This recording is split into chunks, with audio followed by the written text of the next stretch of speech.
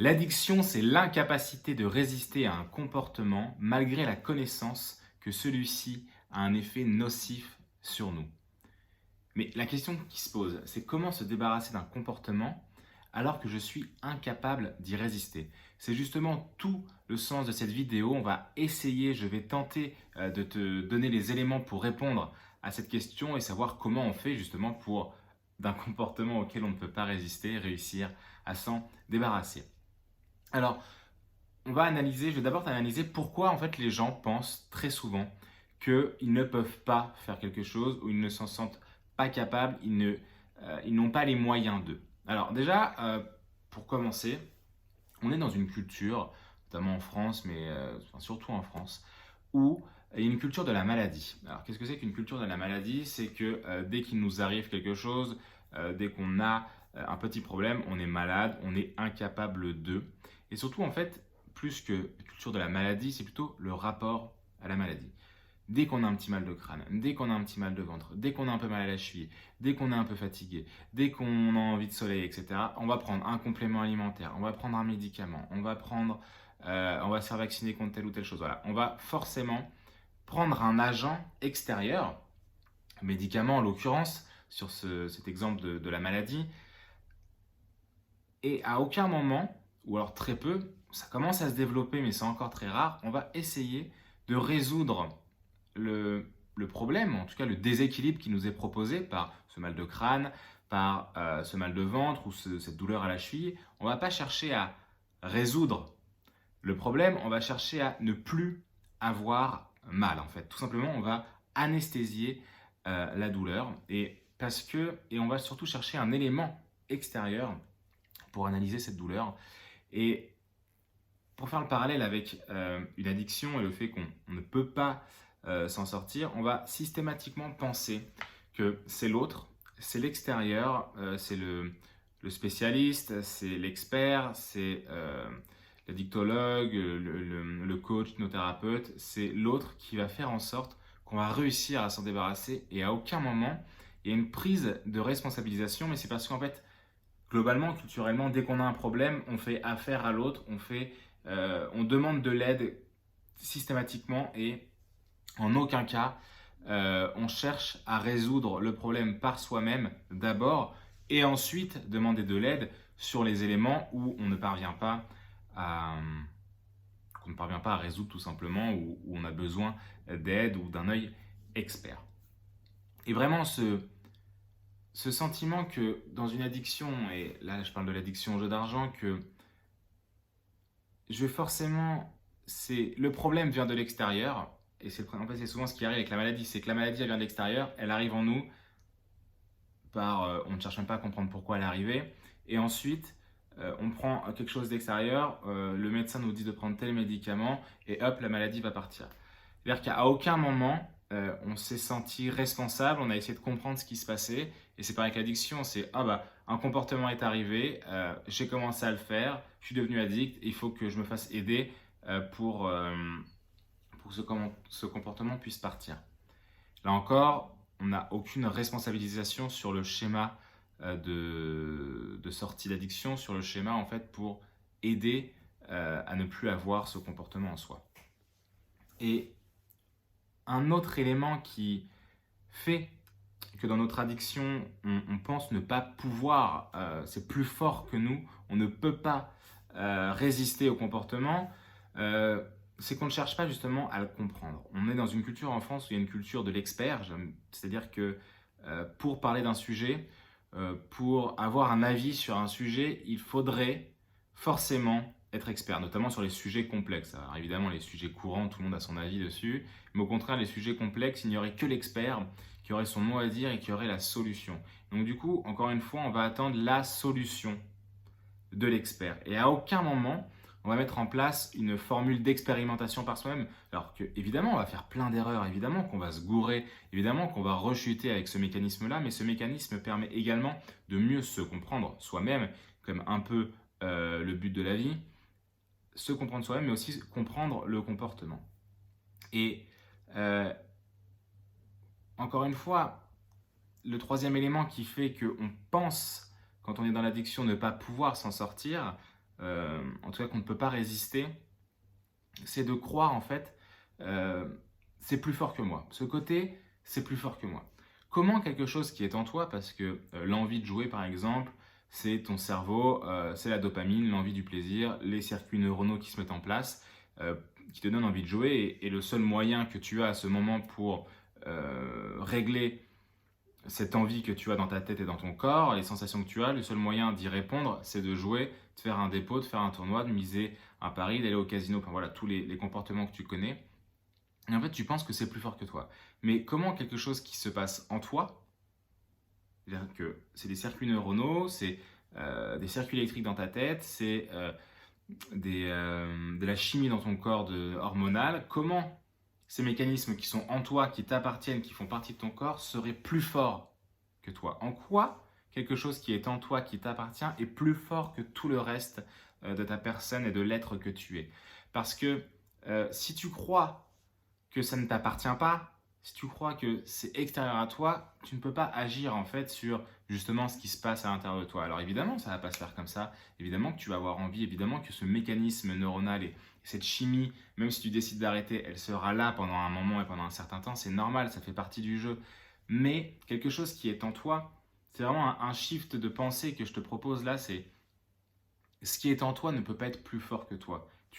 C'est une partie de toi, et une partie de toi ne sera jamais plus fort que l'ensemble, parce que tu as un système hyper intelligent, que ce soit enfin, tous les systèmes que tu as en toi. Je ne vais pas les énumérer, de toute façon je ne les connais pas tous, et loin de là, mais une partie de toi, une petite parcelle de toi ne sera jamais aussi puissante, aussi forte que l'ensemble. Et l'ensemble aura toujours plus de valeur, plus de poids et plus de puissance qu'une simple partie. Donc si l'ensemble de ton corps, l'ensemble de ton être a envie de s'en sortir, a envie de résister à ça, tu y parviendras. En exerçant, en faisant des choses, en mettant en place des exercices, en mettant en place d'autres comportements, enfin voilà, faire plein de choses qui vont te permettre de t'aider et de t'accompagner. Et c'est sûr que si tu ne changes rien et que tu ne fais rien, tu vas reproduire inlassablement ce comportement. Déjà, dans un premier temps, c'était la première partie de cette vidéo, j'avais besoin de te faire comprendre qu'on est dans une culture qui nous déresponsabilise de ce qu'on vit à l'intérieur de nous. Et le premier point, c'est de te responsabiliser par rapport à ce qui se passe à l'intérieur de toi. Que ce soit une maladie, que ce soit des changements hormonaux ou des circuits neuronaux que tu as en toi, tout ça, ça t'appartient, ça fait partie de toi, et tu as tous les moyens et toutes les capacités pour changer et transformer ce qui se passe à l'intérieur de toi. Voilà pour la première partie. Vraiment, si tu n'as pas ce shift en fait, et tu resteras dans le « je ne peux pas », c'est plus fort que moi. Et donc évidemment, si tu restes là-dedans, tu vas penser que c'est plus fort que toi et que du coup tu ne pourras pas résister. Et moi, c'est vraiment le gros problème que je trouve quand on parle d'addiction, c'est vraiment ce côté, comme j'ai dit la première phrase, cette incapacité à résister à un comportement. Tu ne peux pas être dans l'incapacité de résister à un comportement, sinon on ferait des trucs de... Bon, on fait des trucs de dingue quand on est pris dans des addictions, mais on serait incapable de faire quoi que ce soit, on serait des robots systématiques, même s'il y a beaucoup de choses qu'on fait de manière inconsciente, de manière répétitive, etc. On n'aurait aucun libre arbitre en fait, et on n'aurait aucun appui sur nous-mêmes, et on serait des robots tout simplement en fait, et il faut que tu sortes, enfin moi c'est tout ce que je te propose, c'est de sortir de cette robotisation que tu as de toi-même avec ces comportements euh, que, que tu penses auxquels tu ne peux pas résister en fait. Voilà pour cette première partie. Te montrer qu'en fait tu peux résister, tu es capable de résister, et de montrer en fait que souvent c'est pas je ne peux pas m'en sortir, et c'est là en fait où tu vas prendre ta responsabilité, c'est je ne veux pas m'en sortir.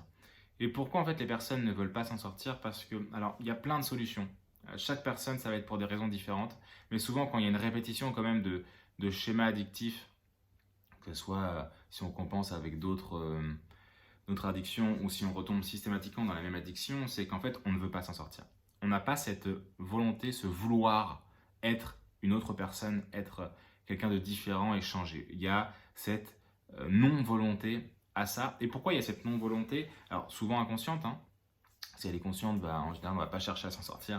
On va rester dans le schéma et c'est OK. Dans ce cas-là, tu n'es pas la personne. Enfin, mon discours n'a pas d'importance pour toi et je ne vais pas chercher à te convaincre. Tu fais évidemment ce que tu veux. Encore une fois, ce que tu veux. Donc pourquoi les personnes ne veulent pas s'en sortir? Alors parce que souvent en fait, quand on est pris dans une addiction, on voit le schéma comme quelque chose de forcément négatif, difficile, dur, que c'est horrible, ça nous est tombé dessus, etc. etc. Enfin, voilà. Le tableau qu'on va peindre de ce problème va être vraiment très noir, très sombre, et à aucun moment, ou alors très très peu, on va chercher à comprendre en quoi ça répond à un besoin. Alors, j'aime pas trop positif, négatif, mais en quoi ça va répondre à un besoin agréable, quelque chose d'important pour moi, un besoin qui est vraiment important pour moi. Voilà, en psychologie humaine, il y a ce qu'on appelle la pyramide de Maslow, il y a d'autres personnes qui ont travaillé sur ces schémas de besoins, que ce soit des besoins physiologiques, des besoins psychologiques, besoins spirituels, voilà, besoin de reconnaissance, besoin d'appartenance, besoin d'épanouissement, puis évidemment tous les besoins de sécurité. Et les besoins physiologiques de base.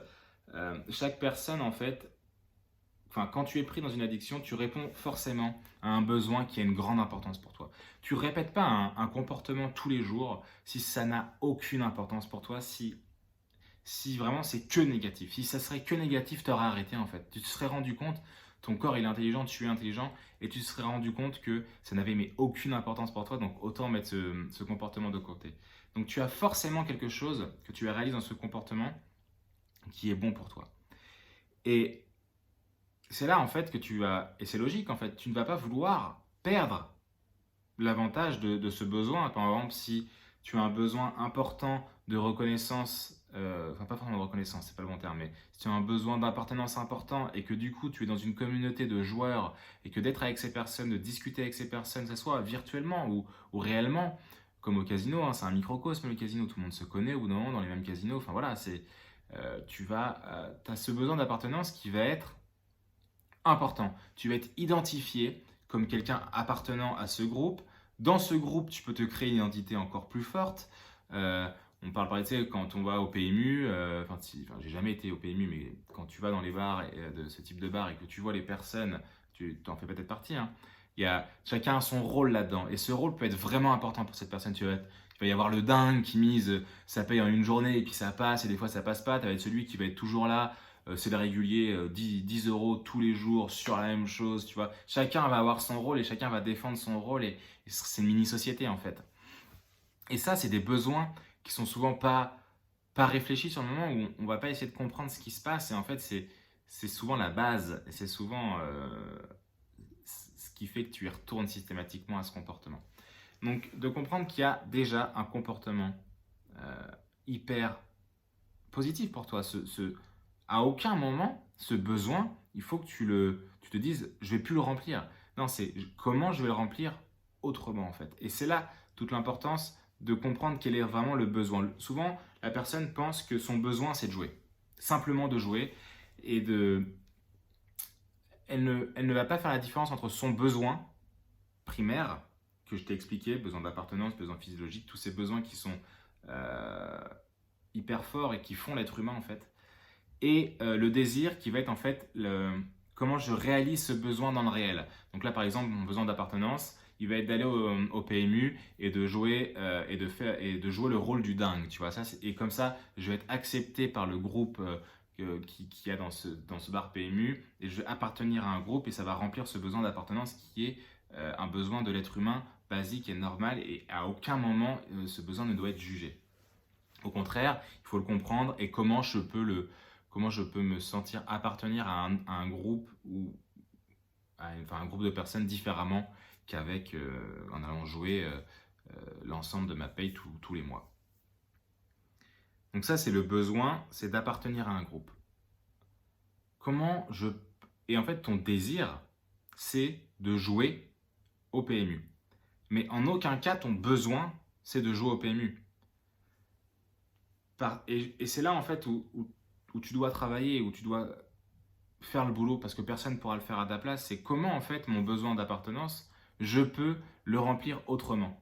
Et c'est comme si, tu vois, je vais faire la métaphore avec les besoins physiologiques parce qu'on comprend très facilement avec les besoins physiologiques. Plusieurs fois dans la journée, tu as besoin de t'hydrater, de boire. Tu as la gorge sèche, tu sens que tu as besoin d'eau, tu viens de faire du sport. Voilà, tu as plein de moments dans ta journée différents où tu as besoin de t'hydrater. Des fois, tu t'en rends même pas compte, mais tu t'hydrates, tu vois. C'est tellement inconscient, c'est tellement habituel que tu fais pas forcément toujours attention à comment tu t'hydrates et quand tu t'hydrates. Donc ça, c'est le besoin de s'hydrater. Donc physiologiquement, on a ce besoin-là. Mais comment je remplis ce besoin? Eh ben, je peux le faire de plusieurs façons différentes. Boire un verre d'eau, boire une tisane, boire un café, boire un coca, boire une bière, etc. Toutes ces choses-là vont m'hydrater. Alors, pas de la même façon. Évidemment que le meilleur moyen de s'hydrater, c'est de boire de l'eau, mais je peux m'hydrater de différentes manières. Et là, encore une fois, on va pas juger la manière de faire. On va essayer de constater, voir ce qui se passe. Et donc, par exemple, si tu as un besoin physiologique, tu es dans le désert, tu as besoin de t'hydrater, et la seule chose qu'on te propose, c'est un thé, tu vas pas le refuser, tu vas pas dire ah bah non, moi je m'hydrate qu'avec de l'eau, tu vois. C'est là en fait de comprendre que le besoin, tu vas le remplir quoi qu'il arrive, parce que c'est important pour toi. Donc si tu arrêtes d'aller au PMU parce que tu as décidé d'arrêter les jeux d'argent et que dans ta tête le seul moyen de régler ce problème, enfin d'avoir mon besoin d'appartenance qui est rempli, c'est d'aller au bar PMU, et ben, tu vas y retourner systématiquement parce que tu vas avoir l'impression que c'est le seul moyen de réaliser ce besoin. Tu vas pas te dire ça directement comme ça dans ta tête, mais c'est ce qui se passe en fait. Donc vraiment de faire cette différence entre le besoin, qui est l'essence même en fait, de nos besoins primaires en fait en nous, et le désir qui est la réalisation de ce besoin dans le réel. Encore une fois, je peux m'hydrater de plein de manières différentes. Et en fait, plus les besoins sont... les besoins physiologiques, il n'y a pas 36 000 solutions pour les régler, tu vois. Les besoins émotionnels, les besoins d'appartenance, besoin de reconnaissance, besoin d'épanouissement, tu peux les vivre, les ressentir et les réaliser d'un milliard de façons différentes. Et c'est là aussi ton travail, c'est de te rendre compte comment je peux remplir ce besoin qui est important pour moi. Et c'est comme ça en fait que tu vas passer pour reprendre l'explication que je te donnais au départ de cette phrase en fait qui a tendance de plus en plus à m'énerver parce que c'est comme ça qu'on définit l'addiction et c'est aussi comme ça qu'on reste en fait dans une addiction, c'est l'incapacité de résister à ce comportement. Alors ok, ça c'est ce qu'on ressent sur le moment, mais c'est pas une vérité. C'est pas totalement vrai, c'est pas que vrai surtout. Et sinon on pourrait pas sortir d'une addiction en fait. C'est comme si l'incapacité de résister à un comportement, c'est l'incapacité de résister au fait de vouloir respirer, tu vois. Parce que ça, t'es vraiment dans l'incapacité de résister à ça. Sinon tu meurs en fait. Et parce qu'il n'y a pas d'autre solution que de remplir le besoin de respirer que de respirer, tout simplement. C'est le seul besoin d'ailleurs où la seule façon de respirer, c'est de respirer. Alors que de remplir ce besoin. Alors que le besoin d'appartenance, le besoin de reconnaissance, tu as un milliard de façons de faire. Et en fait, tu peux résister à ce comportement-là en justement adoptant un nouveau comportement ou en mettant en place de manière plus grande dans ta vie un autre comportement.